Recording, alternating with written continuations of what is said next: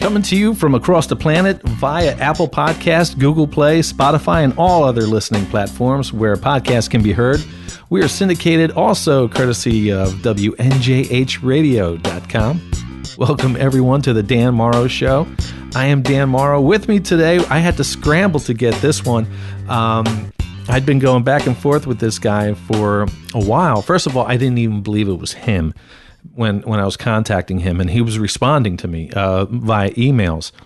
But it was the real him, and from out of the blue, I'm sitting on my couch, and I get a call. Hey, Dan, it's Story Musgrave. Hit the record button. Let's do this. I'm like, I'm not even at the station yet. Hold on. So he gave me 10 minutes. I got a pair of shoes on, came here, and that's all I'm wearing, actually, just the pair of shoes and my mask, of course. And I get here, I hit the record button, give him a call, and away we go. This is Story Musgrave. If you're not familiar with him, Story Musgrave, just look him up. Google him, look him up, do whatever you got to do. An amazing man, an amazing American. He's cut from one of those different cloths that just makes him what he is. He's flown fighter jet planes. He's been a test pilot. He's been a trauma surgeon. And he's best known for flying the space shuttles. He's worked on the Hubble telescope, helped design it down here on Earth, and made the spacewalks in outer space to fix this thing. So we had a great talk. I didn't really know how much time I'd have with him.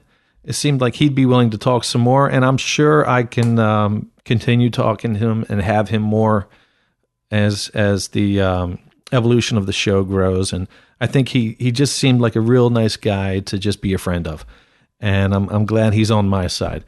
So here it is, me and astronaut Story Musgrave. Okay, I'm ready. How are you, sir? I'm great. We may have to interrupt this, and we'll finish it later in the day. Yeah. I thought we could speak in, but yeah, have at it. Well, if you want, I can make this a super quick one, since you have a lot of things going on. Okay. So what I'm just going to do is I'm just going to give you what I usually give to my guests at the end of our conversations, and that's it's called the Final Five. And one of the first, it's just a set of 5 questions right now. Okay. Do you get mad or do you get even?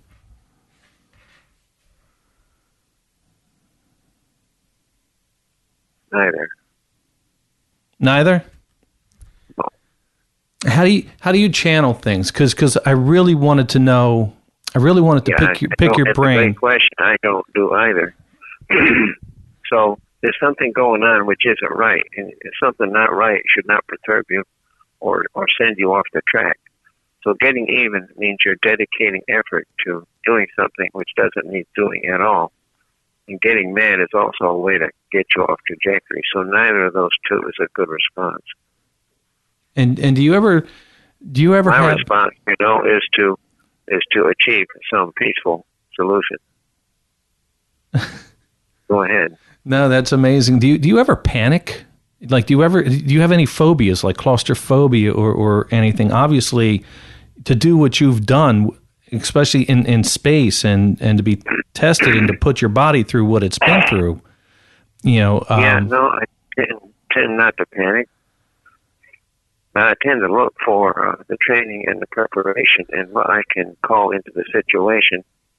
And especially if there's a known way out, best practices, continuous improvement, what other people have done, the procedures they've built, the way out. And no, I tend to stay pretty calm. How is that? Is that from you? Is that your upbringing? Because you've had work. You've always been a worker. Yeah, the upbringing was you're in one really screwed up world. Don't get it on you. So. No, but did your parents instill something in you, or did you always have that in you to think the way you think? Yeah, I have not changed since the age of 3. My biographer wrote a really good biography on me. It's objective. It's not an auto. It's a biography. So the simple words are your genetics and the environment you raise, that's what produces you, but I can't all those two together to see how I turned out the way I turned out. But I haven't changed since the age of 3. That's as far back as I can remember. What's your most dangerous, I guess, one of your most dangerous missions where it had a lot riding on it while in space, or you had something of peril in your face and you had to make a quick decision and it was a life-saving event?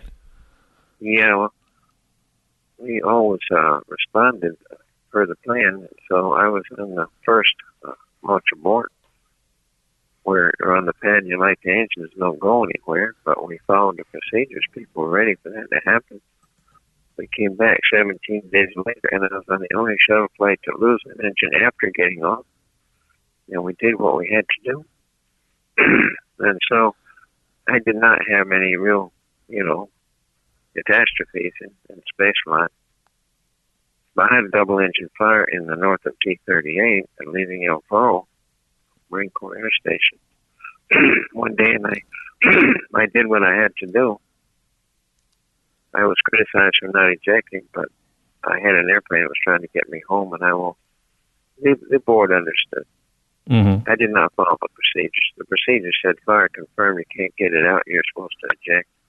I said, the airplane is doing its best to get me home and get herself home, and I'm not leaving. So that all turned out fine. Do you have a specific motto that you go by? Is there any slogan or something that you live by? You must have many. Gee whiz. Like one of my favorite ones is fail to prepare, prepare to fail. And that's something I use all the time. Yeah. I'll have to work on the motto.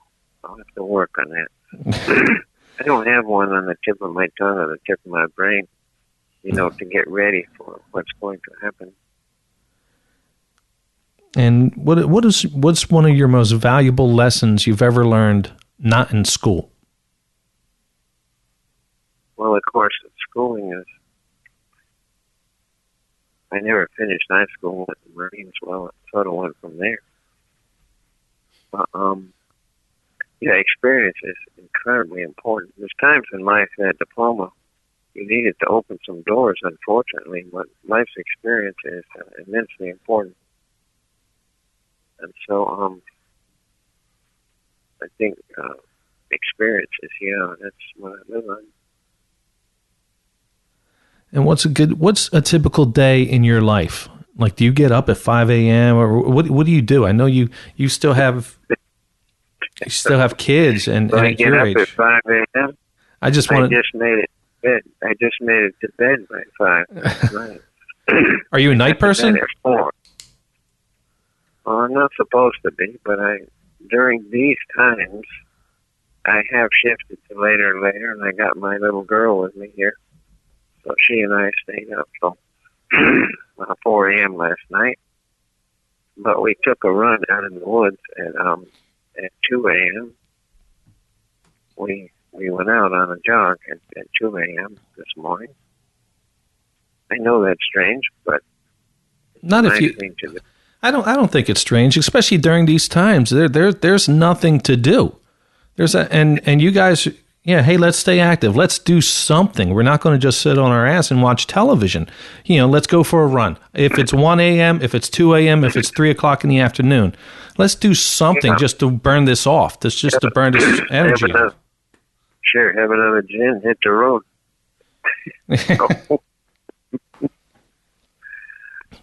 No. But I have shifted. For some reason, I've shifted to later. I'm trying to pull it back a little. Like getting to bed by 1 or 2. And I get an immense amount done at that time of the day. And so when I'm getting that much done, I'm as busy now as I was, but of course I'm totally shut down. You didn't have a chance to get that little note I sent last, so I have no professional life now. My professorships are closed. Both my jobs are stay at home. And of course, all events, my consultations and events are all scheduled. Rescheduled or canceled, so I have 0. But I'm reinventing myself. and exploring every square inch of the house. I'm going through my whole life and all my possessions, you know. Mm-hmm. Can I be more creative in how I use it, or should I trash it? I think if it's going to be in a box and you're not going to be displaying it, it should be trashed. If you're not going to appreciate it, if it brings no value to you, Exactly. let it go. Let it go. Sure. That's exactly right. Or sell it. Like you said, I do pay attention to emotions. And does this mean something to me? If it means something and my body reacts to this object, then I keep it. Yeah, because it should bring value. I know a lot of people have their grandmother's expensive china. It sits in a box. If you're not going to display it in a cupboard or something, get rid of it. Exactly, sir. Yeah. You can't just put it away and never see it and leave it there. No, it's got to go. Me and you are on the same page on most of this stuff. I'm very not.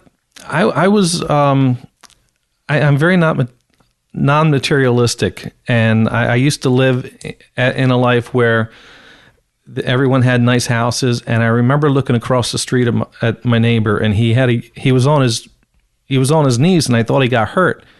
And here I saw him measuring his grass, and I said, "This isn't the life for me. I'm not cut out for this." And I'm just trying to live. In the moment right now, and especially now. Yeah. There's so many people. I never went for the money. I never went for the money. No. And I question myself sometimes, was that the right path to take? But I never went for it, so I don't have it. Well, if you have regret, then, whether or not you make a decision and you have regret, I just believe it was meant to be regardless. That was the decision you were supposed to make. Yeah. Yeah. Since we're talking, deep in a way, you have a stance on life out there. I know there's life out there in the universe. The question is whether or not the question is whether or not we've ever come in contact or they've ever come in contact with us. Yes, and my filter says no. I have my own personal filter on. Has it visited here? Mm-hmm. My filters, it has not.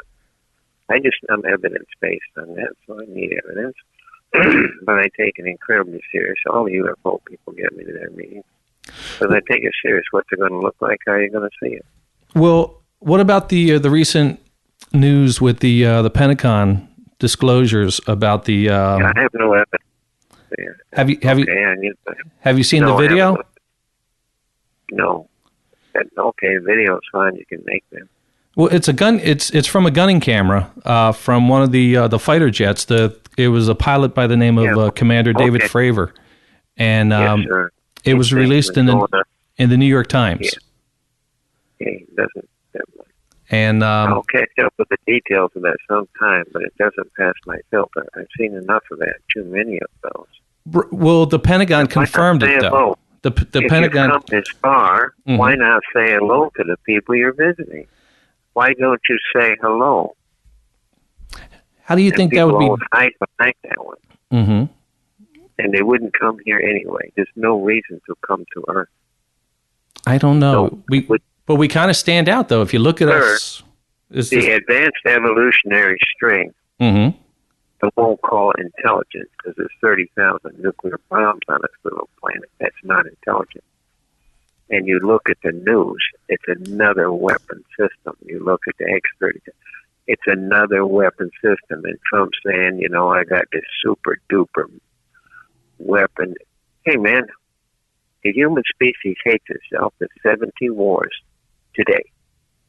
There's hardly any country on this planet that's not at war with 1, 2, or a dozen people. So what could you learn if you are so smart that you're doing interstellar travel? Why would you be so stupid as to come here? There is nothing to learn from here. Well, people got to look at it that way. What message is going out from Earth to the universe? What are we sending out there? Well, you could look at it. you could look at it from a perspective that, we are sending radio waves, we are being technical, and it would be no different than us keeping our distance looking at a species of ape who are starting to learn technology and learn how to use stones. And they do believe that, so they could be doing it from just observing us. Maybe they're doing it peacefully. Who knows? Maybe we can find the apes are living peacefully. They don't hate each other. Now, how long do you think this quarantine is going to last? How are you doing health-wise? I'm doing fantastic at the age of 85. But I am aware that age, you do not do well with this disease in age. It is horrible. 70, 80, it's terrible. On the other hand, I do go. Florida just opened up last week.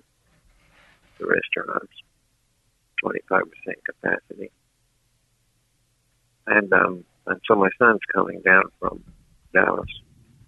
We're going to watch the launch of, DM2, they call it, the human dragon flight. We'll watch that week after next.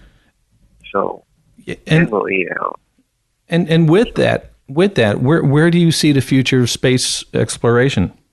Do you see it with the independent contractors like SpaceX and? Well, they're not independent. They're all living on government money. Mm-hmm. Taxpayers' money. What's independent about taxpayers' money? They're not independent. But do you see the United States getting back heavily into it, or do you see it going to another country doing all the exploration? Do we have to? I can't tell you, but we're doing nothing now that we didn't do 50 or 60 years ago. We're making a huge deal about putting people in space in a capsule, next week. We did that 60 years ago. And I know it's a new era, so you got to be excited about the next era. But on the same, you have to understand what we're doing next week. We did 60 years ago. That's more than half a century. Right. So I was on the first crew. I was on the backup on the first crew to fly Apollo and the Saturn I vehicle to the Skylab, our first space station. And this is 50 years ago. So where would you have liked to have seen us right now? Well, we keep talking about, choose something. We keep talking about we're going to moon and on to Mars. People keep adding and on to Mars like we're going somewhere. But there is no Mars program. There is zero program. And so, way back then when I was in a space program over 50 years ago, after Apollo, we could have gone to Mars. And I thought and expected we would. We've been unable to put that on the table. I'm not saying that's the best objective, but right now, did you at least hope that we are going nowhere? Did you at least hope that propulsion would have changed? I mean, it seems we're still putting guys in a candle and launching them. Did you think propulsions would have changed by now?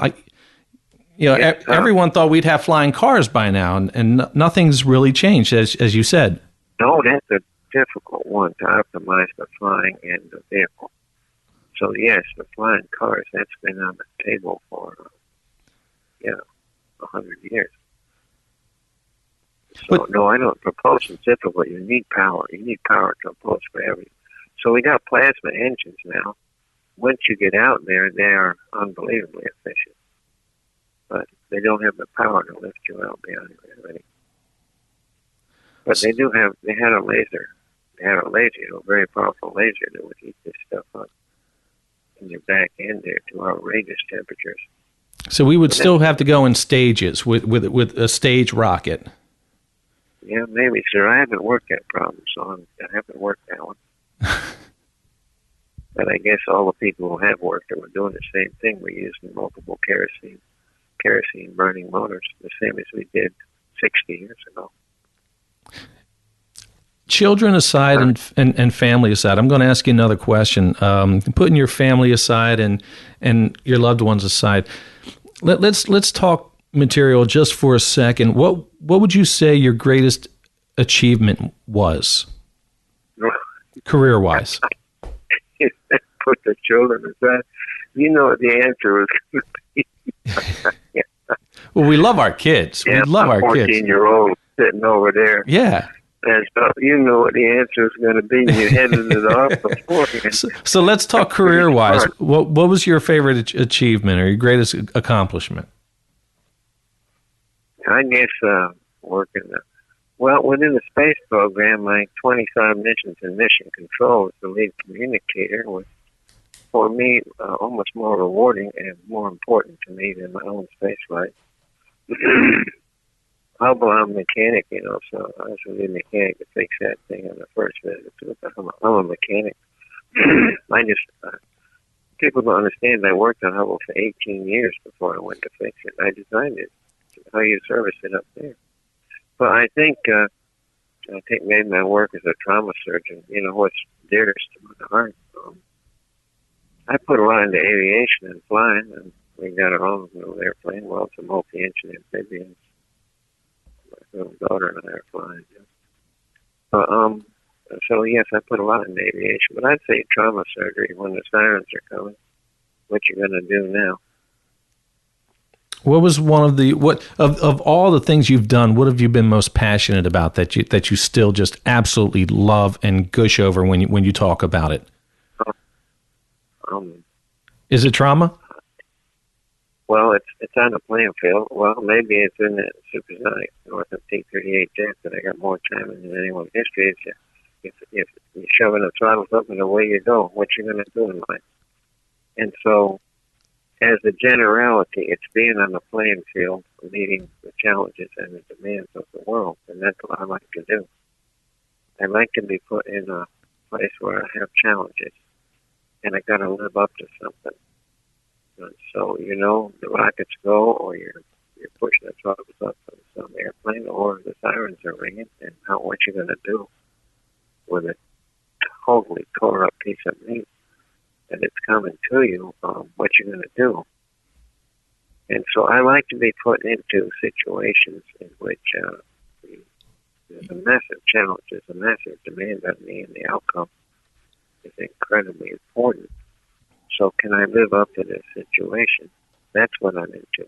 And that's what I miss if I don't have that in life. Meeting some really demanding challenge.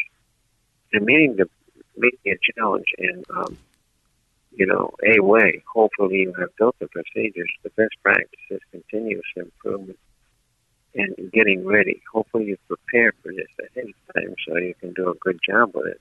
You have to create along the way sometimes. But so that's what I'm into in life. Now, you're talking about creating and you're facing the challenges and that's what that's what gets you excited and that's what stokes you and knowing that they hired you for a reason and you want to deliver. Yes, that is exactly it. Now, what do you do for hobbies? Do you create things? Like, have you little inventions that are sitting like on a shelf or in a box somewhere that no one knows about? Or well, I feed incredibly. I feed ideas to people. I was with Disney Imagineering for 3 years. They didn't go fast enough for me, so then we formed our other company called Applied Minds in Burbank, California. And so I create the future for other corporations there. The ideas get fed into problem solving for other people or creating a new future for them. Where they're working on their problems, but then we find a different solution to a problem which now propels them into some new era. So I've been doing that all along. Well, good for you. Good for you. I think you're absolutely amazing. I don't want to take any more of your time, but I must thank you immensely for contacting me. And yeah, this was fun. Yeah, you're great. Well, thank you so much. And with all forgiveness, I contacted you, and first of all, I had to make sure it was really you. I didn't even believe that at first. Story Musgrave actually got back to me. I don't even believe it's him. It's not him. It's yeah, I'm in BS. The phone book, and people will call up my number. I'll say, "Hi, Story," and they'll say, "You're not Story." Well, you called my number, sir. Who did you expect? I didn't expect you. That's how it goes. Well, listen, I want you. That's part of the game. I want you to do 2 favors for me. I want you to stay safe and stay healthy, and I want you to have such a wonderful day with your daughter today. I hope you have a great day. Okay. Thanks, Dan. Thank you, Story. Is she coming, honey? Hey, that was great. Thank you so much. I was still on the same page and a lot of stuff. Those are great questions. Yeah, I would love to pick your brain and just get to know you. I think you're amazing, and you are a national treasure, and it's an honor to speak to you. So are you. Well, thank you so much, sir. So are you, clearly. Thank you. Yeah, bye-bye. Bye-bye.